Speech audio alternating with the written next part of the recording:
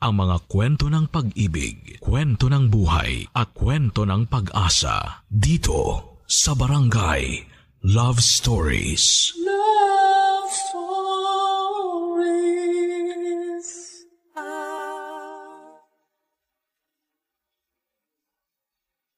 Ang ulan ay kailangan ng mundo. Subalit, mapaminsala kapag nagiging bagyo ito. Ano pa man ang maging lakas ng ulan ay tinatanggap na lang natin. Sapagkat ito ay mula sa kalikasan. Ikaw, kabarangay, anong maganda at masamang karanasan mo sa ulan? Dear Papa Dudut, kumusta po? Sana ay nasa mabuting kalagayan kayo at ang mga tagapakinig ninyo. Gusto ko lamang pong ibahagi ang aking kwento 30 taon nang nakakaraan. Lagi po akong nakikinig sa inyo kaya netong pumasok ang unang bagyo ng taong 2024, ay naisipan kong baka may mapulot na aral ang mga kabarangay sa kwento ko. Tulad nga po ng nabanggit ko ay nangyari po ito 30 taon nang nakakalipas. Ako po si Jelly, 50 years old na po ako sa ngayon. Nangyari po ang kwento taong 1994, noong 20 years old pa lamang ako. Nag-aaral po ako noon at kumukuha ng kursong nursing kasama po sa kwentong ito ay si Tim. 20 years old din siya noon. Kaklase ko po siya at magkalapit na magkalayo po ang bahay namin. Nasa isang lugar po kami pero magkahiwalay na kalye. Bago sa eskwelahan ay madalas kaming magkita sa isang waiting shed kung saan ay dumaraan ang mga jeep na madadaanan naman sa eskwelahan namin.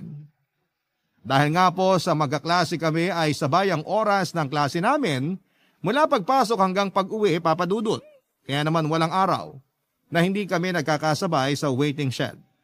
Kasama din sa kwento si Mang Gani, 50 years old na siya noon, isang vendor na nakapwesto sa waiting shed. Kaya wala ding araw na hindi kami nagkikita sa waiting shed. Kaya naman kakwentuhan din siya ng mga sumasakay doon. Kasama na nga po kami. Noon po ay Hunyo ang unang araw ng pasukan mula sa summer vacation. At ang Hunyo po ang mga panahon na sunod-sunod ang ulan at karamihan ay bagyo. Sa mga unang araw ng Hunyo ay hindi pa pala ulan noon. Noong mga panahon na yon ay nakaschedule ang pagpasok ng tag-ulan at mga bagyo. Sa ngayon kasi unpredictable na. Magugulat ka na lamang na uulan pala. Ang summer nakasakto din sa Abril at Mayo pero ngayon ay naliligaw na ang summer. May mga panahon pa na ang init ng summer ay parang 3 summer na pinagsabay-sabay dahil sa sobrang init. Ang relasyon namin ni Tim noon ay parang ulan din, Papa Dudut. Nung una ay ambon lang hanggang sa nagiging ulan at umabot sa bagyo kung saan ay pataas ang signal. In other words po ay nagsimula kaming hindi okay at aminado po ako doon dahil po kasi sa kasupladahan ko. Nung unang magkasabay kami ay kinausap niya ako pero hindi ko po siya pinansin. Kaya si Mang Gani ang kinausap niya para siguro ay huwag siyang mapahiya.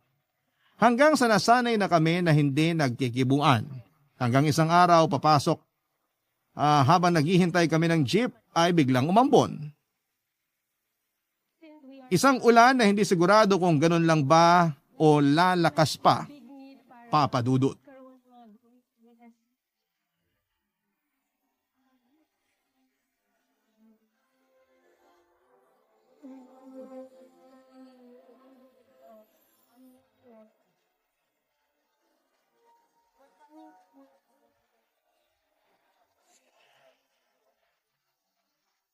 Good morning, Manggani. Oh, Tim. Papasok na? Manggani naman. Parang hindi nyo alam ang schedule ko ah. Oh, ayan na palang girlfriend mo. Parating na. Shh! Manggani, huwag kayong magbiro ng ganyan. Pag narinig kayo niyan, isipin niya ako nagsabi. Buong araw na naman akong susungitan mula dito hanggang sa eskwelahan. At hanggang makauwi. Ano po yun, Manggani? Wala. Manggani ba ang pangalan mo? Ako si Manggani. Pasensya na po. May mga pakialamero kasi sa gilid eh. Ha? Nasaan? Teka, 3 lang tayo dito ah. Ako ba yon? Hindi kayo. Ikaw? Huwag mong sirain ang araw ko, ah. Nako, yung araw mo'y hindi magtatagal. Po? Kasi ayan oh, nagdidilim. Siguradong uulan. Hindi naman siguro. Ayos lang yan. Ligtas naman kayong mabasa dito sa waiting shed eh. Kaso paano mamaya pag umulan? Naiwan ko pa naman yung payong ko. Kasi naman nung lumabas ako maganda pa yung araw. Siguro nasira lang talaga kasi may mga taong mapanira ng araw. Don't worry, may payong ako. Anong pakialam ko sa payong mo? Pag umulan, pwede kang makisukob. Over my dead body. Grabe ka naman. Oh, nagtatalo ba kayo? Mabuti pa ito. Mag-chewing gum muna kayo, pampalamig ng ulo. Salamat po. Kakakain ko lang. Kumakain ka ng chewing gum? Sira ulo? Ang sinasabi ko, kakakain ko lang kaya ayoko munguya ng chewing gum. Chewing nga eh. Akala ko kasi kumakain ka ng chewing gum. Sabi kasi ng lola ko dati, pag kumain ka raw ng chewing gum, magbubulbul ang bituka. Eh di kumain ka nung kumain para mapatunayan mong tama ang lola mo. Okay lang, wala na naman si lola eh. Ha? Kailan pa? Nung isang araw lang po. Bakit hindi ko nabalitaan yan? Ah, opo. Wala kasi kayo dito nung hinatid namin siya sa stasyon ng bus. Hinatid? Opo, pero okay lang din po. 3 buwan lang naman siya dun sa Ilocos eh. Ah, umalis lang. Akala ko. Kasi naman, tanga yung nagkukwento. Kaya iisipin nyo talaga yan. Ikaw ba, Jelly? Anong iniisip mo? Ewan ko sa'yo. Nako, ayan. Padilim na at umaambo na. Ang tagal naman ng jeep. Darating din yun. Kausap kita. Madalang kasi ang bumabiyahe ngayon. Kasi naman, nag-uulan. Eh yung kaling pinanggagalingan ng mga jeep, madalas binabaha. Maihinga lang yata ang aso, nagbabaha na dun eh.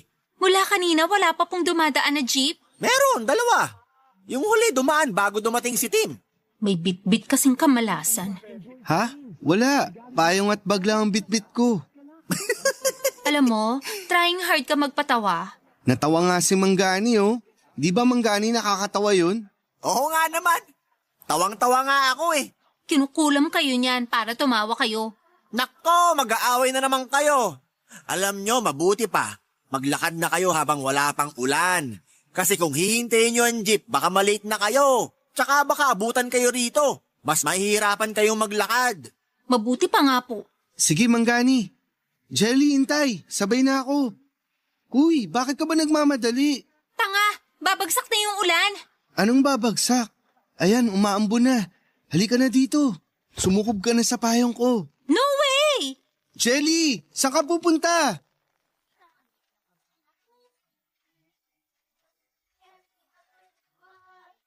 Papa Dudut, hindi talaga ako sumuko. Kahit na hinabol pa ako ni Tim. Kaso wala akong masilungan kaya tumakbo na lamang ako ng tumakbo hanggang makarating sa eskwelahan. Mabutit hindi ako nadulas. Yun nga lang po basang-basa ako. Pagpasok ko sa klase ayon, lahat sila ang biro ay isa daw akong basang sisiw. Nang makita ko ng teacher namin ay tinanong kung anong nangyari sa akin. Kinuwento ko na napatakbo ko dahil naabutan ng ulan at nakalimutan kong magdala ng payong. Sabi niya magpalit daw ako ng damit kaso wala din po akong dalang damit noon, Papa Dudut. Kaya nagtanong ang teacher ko sa mga kaklase ko kung sino may dalang ekstrang damit at ipahiram na muna sa akin. Wala pong sumagot, 2 lang po. Wala silang dala o madamot sila. May nagpabida po. Sino pa ba kundi si Tim? May dala siyang extrang t-shirt at inutusan siya ng teacher namin na ibigay sa akin ng t-shirt na yon. Pagkaabot ni Tim ay may sinabi pa ito na mabango daw ang t-shirt niya kaya mas lalo akong nabwisit sa kanya. Kasi wala po kong magagawa kundi ang suotin ng damit dahil sinabi ng teacher namin yon. Habang tumatagal ay lalo akong nabubwisit kay Tim kaya check ako ng check sa damit ko kung tuyo na para makapagpalit na ako. Nang mahawakan at maramdaman ko na tuyo na ay nagpaalam akong magpapalit na. Pumayag naman ang teacher at nung bumalik ako ay isosoli ko na sana ang t-shirt nang sabihin ng teacher sa akin na labhan ko naman daw muna bago isoli. Nakakaya naman daw para kay Tim. Ayun, nagtawanan na naman ang buong klase, Papa Dudut. Si Tim naman ay nagpasikat at sinabi pa na ayos lang kahit na hindi na siya o hindi ko nagawin ang maglaba. Kaya mas nagtawanan ng mga tao. Gigil na kung hindi nagsalita at hindi ibinigay ang t-shirt para labhan ko na muna bago isoli sa kanya. Papa Dudut.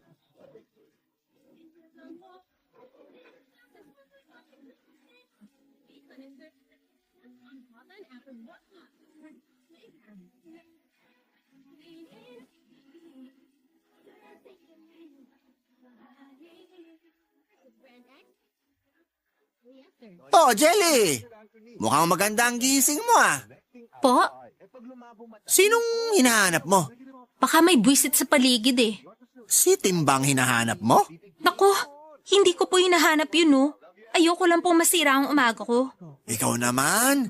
Mabait naman si Tim ah. Ganun ang mga taong lobo. Nakatago sa balat ng tupa. Nasaan po ba siya? Eh di hinahanap mo nga siya. Hindi po.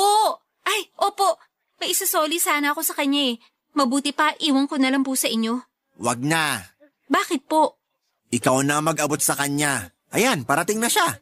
Ay nako, naabutan pa ako ng malas. Good morning, Manggani. Good morning, Miss Jelly. Huwag mo kong simulan. Bakit? Kanina ka pa hinahanap ni Jelly. Manggani, hindi po. Bakit mo ako hinahanap? Presko ka. Binibiro ka lang ni Manggani. Naniwala ka naman. Lumayo ka nga sa akin. Paano? Maliit lang tong waiting shed. May ibibigay daw sa'yo si Jelly. Manggani, wala. Huwag ka nang mahiya. Ang kapal mo talaga. Ayan ang t-shirt mo. Uy! Ang ayos ng pagkakatiklop tapos ihahagis mo. Teka, katabi mo ba sa pagtulog mo to? Biro lang. Sino may sabi magkabiruan tayo? Regalo mo ba kay Tim yan? Manggani naman, hindi po. Sa kanya yan. Pinahiram niya sa akin kahapon. Wow! Nakakatuwa naman. Ang sweet niyo naman sa isa't isa. Yuck! Hoy, Judas! Lumayo ka nga sa tabi ko. Doon ka sa labas itong waiting shed. Huwag kang papasok dito hanggat hindi ako nakakasakay ah. Huwag ka ring sasabay sa jeep na sasakyan ko. Hindi na ako magji-jeep. Kasi ayan, padilim na naman. Maglalakad na ako kaysa maabutan na naman ng malakas na ulan. Mabuti pa nga. Makaalis na nga din. Sige, Manggani. Jelly, sandali! Sige, Manggani. Mag-ingat kayo ha. Huy, saan ka pupunta? Sumukob ka na dito sa payong ko. Jelly, Ano ba? sumukob ka na. Huwag mo kong bisitin. Bakit ako susukob sa payong mo? Ano ako, tanga? Mababasa ka ng ulan. Nasaan ang ulan? Mamaya. O, edi dyan ka lang at hintayin mo ang ulan. Huwag ka nang mangulit. Ayan, umaambon na. Halika na. May sa demonyo ka din, no? Ang ayos-ayos ang panahon kanina eh. Ayan, palakas na. Sandali, lalapit ako dyan. Huwag ka na maglakad. Hintayin mo ako. Ayan, palakas na. Sandali. Hindi ko kailangan ng payong mo. Ay, may payong ka pala. Ano akala mo sa amin? Walang pambili? Akala ko kasi iniiwan mo talaga para makasukob ka sa akin eh. Biro lang. Alam mo, malaki ang kalye. Lumayo ka nga sa akin. Mas malaki ang payong mo. Sukob na lang kaya ako dyan. Maliit tong payong ko, nababasa ako eh. Sukubin mo mukha mo. Ang lakas ng loob mo magyaya ng susukob dyan. Eh, ang makapal ang mukha mo pa nga lang hindi nakasya. Lumayo ka nga sa akin. Doon ka sa gilid.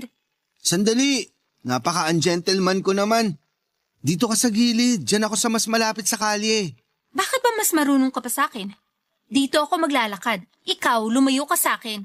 Pero, Gusto mo dito sa mas malapit sa kalye? O sige yan, umalis ka na. Mauna ka na. sige na, dito na ako sa gilid. Tara na. Ang kulit mo. Huwag kang lalapit ah. Jelly!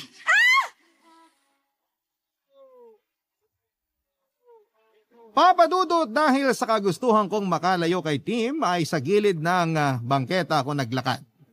Hindi ko naman akalain na mangyayari ang isang insidente. Papa Dudut, may dumaan na malaking truck. Sakto na pagtapat niya sa akin ay may lubak.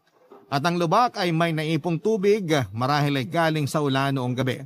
Ayun, tumalsik sa akin ng napakaraming tubig kalye na kulay tsokolate dahil po sa putik. Pumasok na naman po ako sa eskwelahan na basang-basa at natural ay tawanan na naman ng mga kaklase ko at sinabihan na naman akong basang sisiw. Si Tim din po ay nabasa kasi naihagis niya ang payong niya para lapitan ako. Ang kaibahan lang po namin ay ang tubig na nakabasa kay Tim ay galing langit at ang sa akin naman ay galing sa lupa. May magbibiro pa sa amin na kung sabay daw ba kaming naligo ni Tim.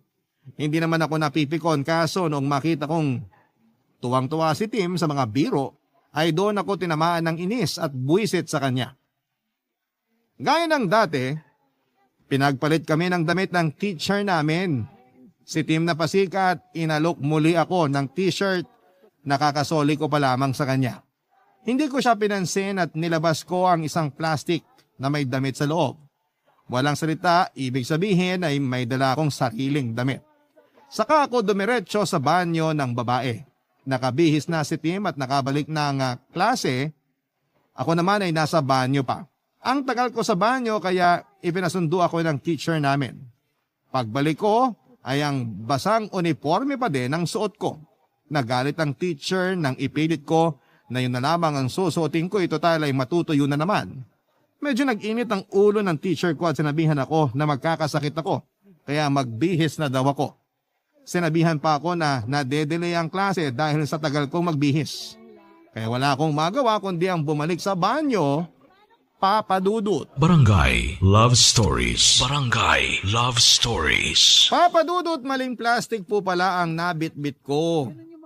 Ang nadala ko po pala ay yung plastic na may laman na bagong duster na kabibili lamang ni nanay. Baka matuluyang magalit ang teacher ko kaya napilitan po kong isuot ang duster at bumalik sa klase. Papadudot ng mga panahon na yon kapag nakaduster ka, nakapangbahay ka. Kaya ayun, pagpasok ko pa lamang ay tawanan na ang lahat. At may mga nagbiru pa. Bahay ba daw ba namin ang eskwelahan o kaya ay magtitinda daw ba ako ng gulaman at kung ano-ano pa. Hindi ko po alam kung paano ipapaliwanag. Ang teacher ko kahit na natatawa ay sinabihan ng kaklase ko na tantanan ako at magpatuloy na kami sa klase. Sinabihan ang klase na damit din daw naman ang suot ko. Kaya huwag na lamang akong pansinin na nakapangbahay ako. Papadudot, litaw na litaw ako sa buong klase kasi lahat sila ay nakaputi at ako naman ay nakaprinted. Papadudot, nakikita kong pigil na tumatawa ang mga kaklase ko pero okay lang po. Hindi ako affected. Kaso nakita ko na naman ang pagmumukha ni Tim. Natatawa siya at yung mukha niya ay parang sa tingin ko ay humahalakhak. Kaya ayon, buong araw na naman po akong nabuisit. Tapos ang kapal po ng mukha niya. Tinanong pa ako kung sasabay daw ba ako sa kanya. Isusuot niya daw ang t-shirt niya para pareho kaming nakasibilyan. Siya nakasibilyan, ako naman ay nakapangbahay. Magmumukha pa akong yaya niya. Hindi ko siya kinausap at hindi ako nagsalita at umuwi ng mag-isa. Mabutit nakasakay kagad ako ng jeep dahil isa na lang ang bakante. Si Tim, sasabit sana sa jeep pero sinabihan siya ng driver na bawal daw ang sabit, lalo na sa isang estudyante. Kaya napilitang buwaba muli si Tim at naiwan. Kitang-kita ko siya habang papalayo ang jeep. Papadudot, imbes na matuwa ako, ay parang naramdaman ko ay lungkot. Kasi baka kung anong oras pa siya makasakay. At kung anong oras pa may dumating na jeep. Kawawa din si Tim kung maghihintay ng matagal o maglalakad na naman papauwi. Pero agad kong pinutol sa utak ko ang iniisip ko.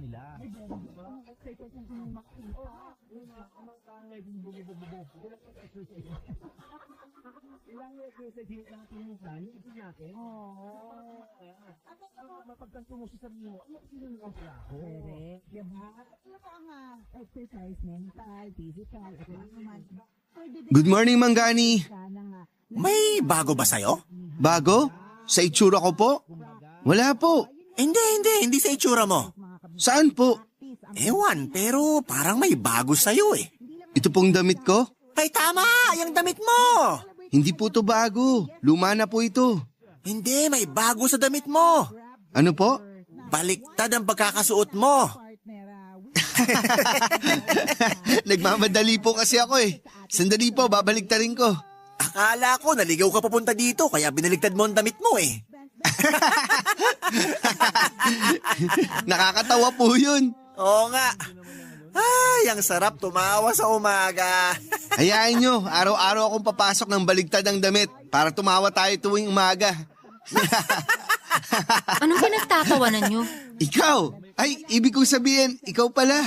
Kanina ka pa ba dyan, Jelly? Sakto lang pong maabutan ko nagtatawanan kayo. Ito kasing si Tim eh. Bakit po? Anong kwento niya sa inyo? Ay, wala. Oo. Manggani, huwag kayong magpatakot sa hambog na to. Alam ko may sinasabi na naman yan tungkol sa akin. Wala. Oo nga naman, Jelly. Natatawa lang kami. Kasi po, kwento niya na nabasa ako ng talsik ng tubig sa kalye nung may dumaan na malaking truck. Tapos sa eskwelahan, mali yung nabitbit kong damit kaya nakaduster ako hanggang makauwi. Totoo ba yan? Opo, yun po ang kwento niya ano. Jelly. Tumahimik ka! Huwag kang titingin kay Manggani. Huwag mo siyang takutin. Ay, hindi naman ako tinatakot ni Tim. Ang pinagtatawanan namin ay yung damit niya. Manggani naman, pati ba naman kayo nahahawa sa kabaliwan nitong lalaking to? Ano naman ang nakakatawa sa damit niya? Uniforme po yan sa eskwelahan. Ngayon, hindi na nakakatawa. Pero kanina, nakakatawa. Kasi dumating siya dito na baligtad ang damit niya. Sigurado po bang hindi kayo tinatakot nitong si Tim? Hindi. Nagpapasalamat pa nga ako at pinatawa niya ako ngayong umaga. Pero huwag ka mag-alala, Jelly. Kasi nakakatawa din naman yung kinuwento mo. Natalasikan ka ng tubig pagdaan ng truck. Tapos nakaduster ka sa eskwelahan. Nakakatawa yun. Makaalis na nga, baka umulan na naman. Jelly, sandali! Nako, buti hindi ka pa nakalayo. Ano ba naman yung ulan na yan? Kanina wala naman tapos biglang bumagsak. May payong ka ba? Halika, sumukob ka na sa payong ko. Mabuti pa nga maglakad na kayo. Kasi baka matagalan na naman ang pagdating ng jeep. Medyo madami kasing kalye na binaha. Ganun po ba? Sige po, aalis na ako. Sandali! Ha? Bakit? Naiwan ko yung payong ko. Babalikan mo? Pag binalikan ko, para na rin ako naglakad papuntang eskwelahan. E di dediretso na ako sa eskwelahan. Pero mababasa ka. Common sense naman. Ang ibig kong sabihin, makikisabay na lang ako sa'yo kahit ayaw ko. Sakto, kasi malaki tong payong ko. Tara na. Mag-ingat kayo, ha? Bye, Manggani. Bilis na natin maglakad. Dahan-dahan. Parang tumatakbo na tayo eh. Madulas ang kalye. Kita mo, ang layo na agad natin kay Manggani. Ang dami mong angal. Bilisan na natin kasi palakas na ng palakas ang ulan. Papa Dudut, may dala talagang malas itong si Tim. Malaki nga ang payong niya. Hindi kami nabasa ng ulan kahit halos patakbo na ang lakad namin. Kaso po ay bigla namang humangin ang pagkalakas-lakas. Hinangin yung payong ni Tim. Nilipad yung pinakatela noong payong at ang natirang hawak niya ay yung buong skeleton ng payong na lamang. Kaya ayon, sa lakas ng ulan ay wala kaming matakbuhan para silungan. Kaya para kaming nagmamarathon papunta ng eskwelahan. Ayon, basang-basa na naman kami. Siyempre, inasar na naman kami ng mga alaskador naming mga kaklase. Hindi na kami naghintay na utusan ng teacher namin na magpalit. Pumunta na kaagad kami sa mga banyo at doon na nga nagpalit. Bago pa ako makalabas ay may mga pangaasar pa na kung anong kulay daw ba ng duster ko sa araw na yon. Hindi ko sila pinansin kasi maginaw kaya nagmamadali ako nagpunta sa banyo para magpalit na. Naunang nakabalik si Tim sa klase tapos ang buong klase ay nakatingin sa pinto. Hinihintay nila ang pagbabalik ko dahil gusto nilang makita kung ano ang suot ko. Pero napatahimik na lamang ang buong klase pagpasok ko. Tahimik lahat maliban sa teacher ko na nagalit. Bakit daw nagpapasaway na naman ako at ayaw ko pang magpalit? Pero nakapagpalit na po ako kasi ang binaon ko po ay ang isa ko pang uniforme. Kaya uniforme ba din ang suot ko? Tahimik ang teacher ko pati na ang mga kaklase ko. Nakita ko si Tim na natatawa. Papadudot dahil nga sa inis ko sa kanya ay na-misinterpret ko ang tawa niya. Hindi pala ako ang pinagtatawanan niya kundi ang buong klase na napahiya dahil naka-uniforme muli ako.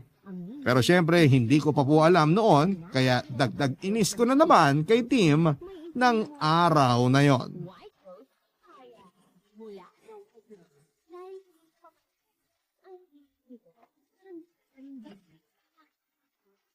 Oh, himala! Sabay kayong dumating. Oo nga po, no? Excuse me, hindi tayo sabay. Doon ako galing sa kabila, ikaw dyan sa kabila. Ang sabi ko ay sabay. Hindi ko sinabing magkasabay. Nililinaw ko lang po. Mahirap na baka may lumaki na naman ang ulo dyan. Sino? Si Tim? May iba pa po ba? Akala ko ako eh. May jeep po ba? May mga dumadaan. Madalang pero mas madami kaysa kahapon. Nako, umaambo na naman.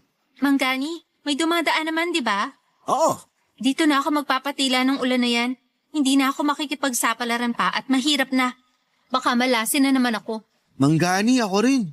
Nasira kasi yung payong ko kahapon. Kasi naman, magdadala na lang ng payong yung hindi pa matibay. Pati tuloy ako nadamay. bakit? Ano nangyari sa payong mo? Nasira po sa lakas ng hangin kahapon. Kasi nga, walang tibay na maaasahan. Nako, malakas nga ang hangin kahapon. Yung ilang bubong dun sa kabilang kalye natanggal. Magkasing rupok po pala yung bubong nila saka yung payong ko. Paparinig ka ba? Hindi nakukumpara ko lang naman. Marupok naman kasi talaga yung payong mo. Yung puno na yon, nakikita nyo? Opo, Mamaya, pagtigil ng ulan, sipatin nyo. Mapapansin nyo, medyo umangat sa lupa yung isang gilid. Mabuti nga, hindi nabuwal. Dahil lang sa lakas ng hangin. mas matibay ng konti yung puno kaysa sa payong ko. Tigilan mo nga yung pagsasarcastic mo. Oh, malakas ng ulan, mag-aaway pa kayo? Baka makisabayan sa inyo at maging bagyo. Manggani, parang tumataas ang tubig. Manggani, magbabaha pa dito? Hindi naman palagi. Pag malakas lang ang ulan, gaya niyan. Aabutin po tayo dito sa bangketa? Hindi. Madalas ang baha dito hanggang dyan lang sa bago umabot dito sa taas ng bangketa. Kaya hindi tayo aabutin dito. Pero ang lakas po ng ulan. Kaya dapat ipagdasal natin na tumigil na ang ulan. Po, ibig sabihin pwede nga tayong abutin dito. O ayan, pahupa na ang ulan. Kaya hindi natataas yan. Ay, bakit ganun? Biglang umaraw? Ikaw pa ang nagtanong? Hindi ba ikaw ang maligno? Dapat alam mo yan. Oh, baka lumakas na naman ang ulan. Kumalma kayo. Ganyan talaga. Minsan nga umuulan dito pero 3 hakbang mula dito maaraw eh. Nakakatakot naman. Natural lang yon. Ganyan kahiwaga ang kalikasan. Parang hindi na uulan. Kasi sikat na ang araw eh. Mabilis po bang mawawala yung baha? Yun lang, medyo matagal. Pinakamatagal na yung mga 30 minuto. Ay, ang tagal. Malilate na ako sa klase. Wala tayong magagawa. Oh, Tim, ano yan? Bakit ka naguhubad ng sapatos? Ayoko pong malate. Lulusong na lang ako sa baha. Oo nga. Mag-ingat ka lang at baka may mga matatala sa kalye. Kapain mo na muna bago ka humakbang. Opo, Oh, Jelly, ikaw. Hihintayin ko na lang pong bumaba. Ayoko pong lumusong. Mabuti pa, Tim. Pasanin mo na lang si Jelly. Tutal, lulusong ka na din naman. Para hindi mabasa si Jelly. Ayoko po. Kasi sa tingin ko sa baha, parang 2 oras pa bago huhupa. Baka hindi ka na makapasok sa eskwelahan. Kaya kung ako sa'yo, pumasan ka na. Kaya ka naman ni Tim. sasabay ka ba? Oo na nga. Mag-ingat kayo. Ayos ka lang? Maglakad ka na nga lang. Dami mo pang tanong eh. Huwag mo kong ihulog ah. Siyempre hindi. Akong bahala sa'yo. Uy! Papa Dudut, isang kamalasan na naman ang naranasan ko sa kamay ni Tim. May malaki palang hukay sa dinaanan namin. Dala nga po sa baha ay hindi ito nakikita. Kaya paghakbang ni Tim ay nahulog kami sa hukay na yon. Kaya ang ending ay pareho kaming basang-basa. Siyempre pagpasok sa klase ayon, ay na naman ang mga alaskador naming mga kaklase. Natatawa na naman sa amin pero mas lalo silang naghagalpaka ng tawa. Noong malaman nilang nahulog kami sa butas kaya nalubog sa baha. Kung paano nila nalaman ay ikinuwento ni Tim kaya doble-doble ang galit ko sa kanya. Sobrang galit ko ay kung ano-ano pang mga nasabi ko kay Tim, Papa Dudut. At sa unang pagkakataon ay naramdaman kong sumama ang loob ni Tim. Medyo nagalit siya sa pagkakasabi niyang hindi naman niya sinasadya. Maski naman siya ay nahulog din sa butas. Pero noong malaman niya kung bakit ako galit na galit ay nanahimik siya. Pero alam ko na natatawa siya. Pinipigil niya lang. Nakainom po kasi ako ng tubig baha. Gaya ng dati, pinagpalit muli kami ng damit ng teacher namin. Papadudot dahil sa tag-ulan ay nasanay na talaga ang mga estudyante na i-plastic ang mga gamit at iselyo saka ilalagay sa bag. Para kung mabasa man ng ulan ang bagay hindi mababasa ang mga gamit, naka-plastic po ang mga gamit sa eskwela pero ang mga damit namin na baon ay hindi. Lalo na po ako. Hindi ko na po pinaplastic para alam ko na tamang damit ang bitbit ko at hindi sa nanay ko. Kaya dahil nga sa hindi naka-plastic at basang-basa din po ang mga damit na baon namin dahil sa pagkakalubog sa baha ng araw na yon. Papa Dudut. Barangay Love Stories. Barangay Love Stories. Papa Dudut, dahil nga po sa basa pati ang mga baon naming damit ay wala kaming maisuot. Hindi na nagtanong ang teacher namin kung may mapapahiram ba sa mga kaklase namin ang dala nila. Ang ginawa na lamang ng teacher namin ay kinuha ang mga nakatagong lab gown na malilinis naman dahil pinapalabhan naman yon kapag ginagamit. At yon ang ipinasuot sa amin hanggang sa matuyo ang mga damit namin na basang-basa pa. Wala kaming choice kundi ang suotin ng mga lab gown, Papa Dudut. Siyempre, ayun naman ang mga kaklase namin at buong araw na Doc ang tawag sa amin. Habang ako ay naiinis sa biro, si Tim naman ay natatawa. Kaya habang natatawa siya ay mas naiinis naman ako. Nang matapos ang klase ay saka ko nilabas ang galit ko kay Tim. Nasabihan ko siya na puro kamalasan ang ibinibigay sa akin sa tuwing makakasama ko siya. Sinabihan ko siya na huwag nang sasabay sa akin kahit na kailan. Kapag nakikita niya ako na nasa waiting shed na ay huwag siyang pupunta hanggang hindi ako nakakasakay o nakakaalis. Ganon din ako. Pag nauna siya at nakita kong andun siya ay hihintayin ko muna siyang makaalis bago ako pumunta ng waiting shed. Masunurin ata si Tim, Papa Dudut, kasi kinabukasan ay hindi ko siya nakita. Kahit sumulyap-sulyap ako sa kalye, ay kung nandun nga ba siya at naghihintay lamang na makaalis ako ay hindi ko siya nakita. May dumaan na jeep pero hindi ako sumakay. Kakahanap kung nandun na nga ba siya. Hanggang sa mapansin ako ni Mang Gani, Papa Dudut.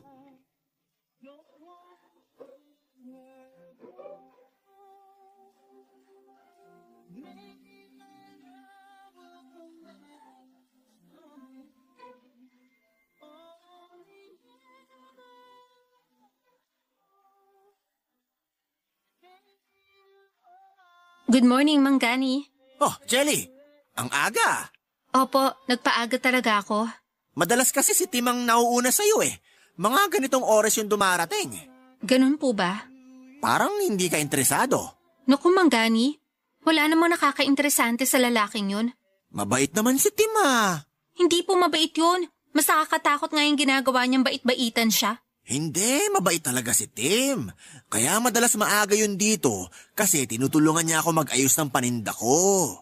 Pakitang tao lang yun. O siya, iba na lang ang pag-usapan natin at baka masira na naman ang araw mo. Mabuti pa nga po. Kamusta naman ang pag-aaral mo? Yung pag-aaral ko maayos naman po. Matataas naman ang grado ko. Yun nga lang, madalas akong mainis kay Tim. Oh, bakit napunta na naman kay Tim ang usapan? Pasensya na po.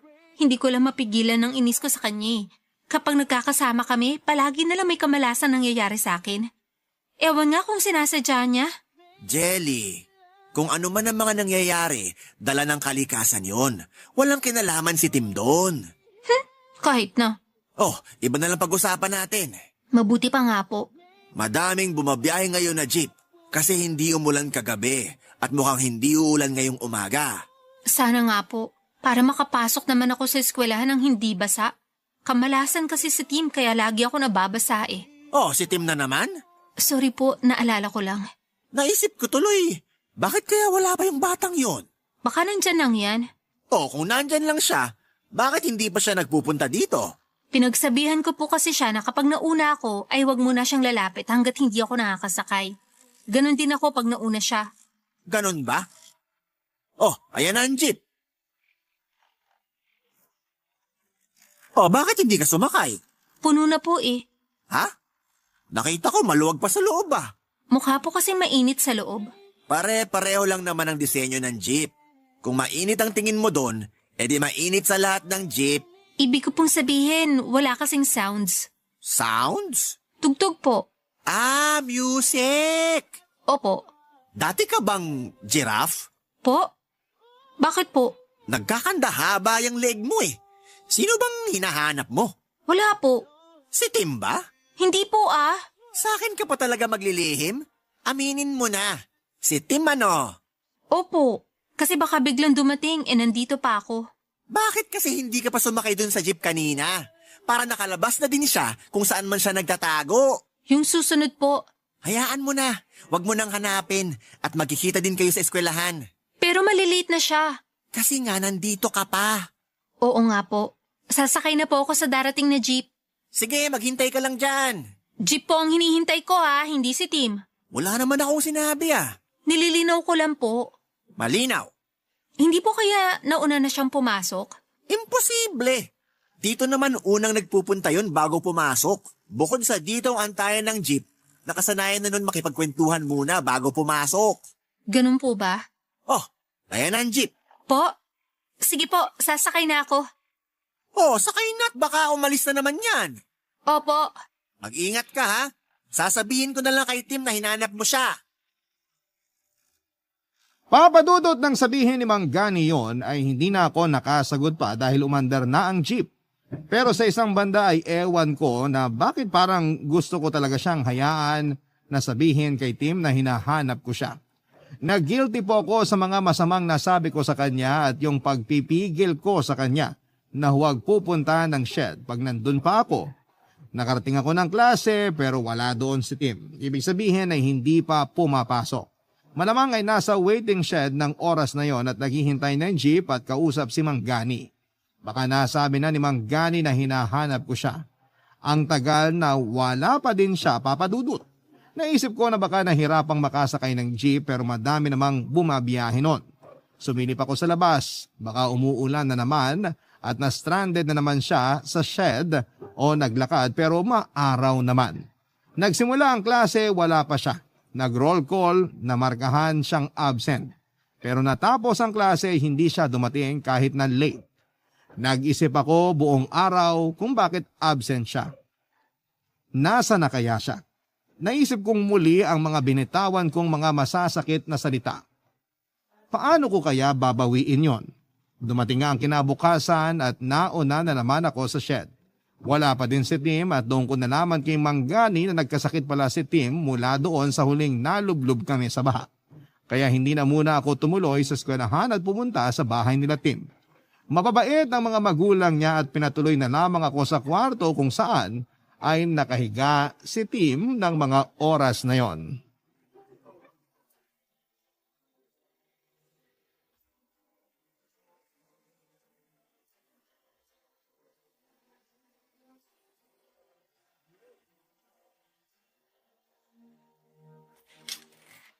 Tim, Jelly, ano nangyari sa'yo? eto, tinamaan ng trangkaso. Baka mahawa ka. Hindi, malakas ang katawan ko. Bakit ka nandito? Nalaman ko kay Mang Gani na nagkasakit ka. Si Manggani talaga. Kahit ang layo nitong sa amin, nakarating pa rin sa kanya ang balita. Ganun talaga ang kaibigan. Teka, baka malate ka. Maaga pa? Oo nga. Bakit nga ba ang aga mo kay Manggani? Wala lang. Kumusta si Manggani? Ayos naman siya. Eto, may pinadala siyang biskwit. Kainin mo raw. Si Manggani talaga, nakakaya. Wala akong dala ha. Ngayon ko lang kasi nalaman. Hindi na ako nakabili kahit prutas kasi nagpunta na agad ako dito. Walang anuman yun. Sapat na yung pagdalaw. Ang babait ng parents mo, no? Oo, sobra. Kaya nga ayaw ko nagkakasakit kasi, ayun, alalang-alala tuloy sila. Ako rin. Ano yun? Ha? Ang alin? May sinasabi ka? Wala ah. Sabi ko magpagaling ka. Oo, baka bukas o makalawa. Ayos na ako. Kasalanan mo to eh. Oh, bakit naman? Kasi nagmamagandang loob ka na sa akin. Tapos kung ano-ano pang sinasabi ko sa'yo. Nalubog ka na nga sa baha, sinisipa kita. Sorry ha. Sorry na sa lahat. Ano ba yan? Para namang mawawala na ako. Huwag ka nga magbiro ng ganyan. Sorry, Saan? lagi ka na lang napipikon sa akin. Sorry kung mali lagi ang biro ko ha. Hindi, ayos lang ang biro mo. Masyado lang akong sensitive kaya kahit wala naman, ang dami ko agad nasasabi. Sorry na rin sa lahat ng kamalasan. Naku, wag mong isipin yun. Malas nga ata ako. Kasi sa lahat ng araw na kasama mo ko, palaging may maling nangyayari sa'yo. Kaya malas nga ako sa'yo. Maiintindihan ko kung lalayo ka lagi sa akin. Promise, hindi ako magagalit. Wag mo na ngang isipin yan. Walang malas. Dala lang ng inis ko kaya ako nasabi yon, hindi ka malas. Talaga ba? Oo, kaya wag mo nang isipin yon. Ang isipin mo ngayon ay ang gumaling agad. Oo, magpapagaling at magpapalakas ako. Para kina mama at papa. Pati na rin sa'yo. Ay, sorry. Huwag kang magagalit ha. Ano ka ba? Nakakatuwa nga yun eh. Isa ako sa motivation mo para gumaling agad. Isama mo na rin si Manggani. Oo nga, si Manggani. Kawawa naman yun. Bakit? Kasi wala nang kakawentuhan habang nag-aayos ang paninda niya. Huwag kang mag-alala. Yung hindi mo nagawa kahapon, ako ang gumawa. Tinulungan ko siya at nakipagkwentuhan ako sa kanya. Napagkwentuhan niyo ba ako? Ha? Nasamid kasi ako kahapon ng umaga. Ibig sabihin may nakaalala sa akin. Ikaw ba yun? Ha? Siguro. Tsaka si Manggani. Kaya pala. May kailangan ka ba? May gusto ka? Ayos lang ako. Ikaw ang iniisip ko. Anong oras na? Baka maliit ka sa klase. Hindi na muna ako papasok. Bantayan na muna kita. Huy, wag. Ano ka ba? Pumasok ka. Mas hindi ako marerelax yan kung umabsent ka dahil sa akin. Kaya sige na. Pumasok ka na. Sige na nga. Mamaya, anong gusto mong pasalubong? Huwag ka nang gumastos. Marami namang pagkain dito. Binili nila mama at papa. Sabi ko nga, yung pagdalaw mo lang, sapat na. O sige, basta pagaling ka ha. Sorry uli. Tama na nga yung sorry na yan. Okay na tayo, di ba? Kaya maging masaya na tayo. Oo. O sige na, malilate ka na. Lalakad ka pa papuntang waiting shed. Sige, bye. Papa Dudut, mula noong araw na yon ay araw-araw bago pumasok at pag-uwi galing eskwelahan ay pumupunta ako kay Tim para alagaan siya. Nagagamit ko naman ang mga napag-aralan ko sa nursing sa pag-aalaga ko sa kanya. Dahil sa ulan ay nagkakilala kami ng sobra ni Tim, nagkagalit, nagkasungitan, pero siya din ang nakapaglapit sa amin. Papa Dudut, dahil sa pagtutulungan, ay nakagraduate kami ng nursing at nakapasa sa exam, kaya registered nurse hanggang ngayon. Ilang taon na noong nag-i-intern pa lamang kami noon ay nagkasakit si Manggani kaya kami ni Tim ang laging nagpupunta sa kanya para i-check siya. Gumaling naman po si Manggani noon. Pero 5 taon po ang nakalipas nang atakihin sa puso itong si Manggani. Wala na po si Manggani sa ngayon. Pero hindi namin siya nakakalimutan dahil siyang naging kupido namin. Mag-asawa na po pala kami ni Tim at may 3 anak na sa kasalukuyan. Masaya kami, Papa Dudut, napakaswerte ko sa lalaking munti ko nang ipagtabuyan dati. Mabuti na lang at nagising ako kasi deep inside pala ay mahal ko talaga si Tim. Para gunitain namin ang mga unang pagkikita at pagkakakilala namin ay palagi kaming kumakain sa labas at nagde-date at tumitigil kami ng 1 oras sa waiting shed kapag dumarating ang tag-ulan. Salamat po, Papa Dudut, at sa inyong mga tagapakinig. Sana po ay may napulot po kayong aral sa aking kwento ngayong araw na ito. Ang inyo pong forever nakapuso at kabarangay, Jelly. Nagustuhan ng iyong napakinggan? Ituloy yan via live stream sa www.gmanetwork.com/radio. Barangay LS In Mega Manila, 97.1. Forever.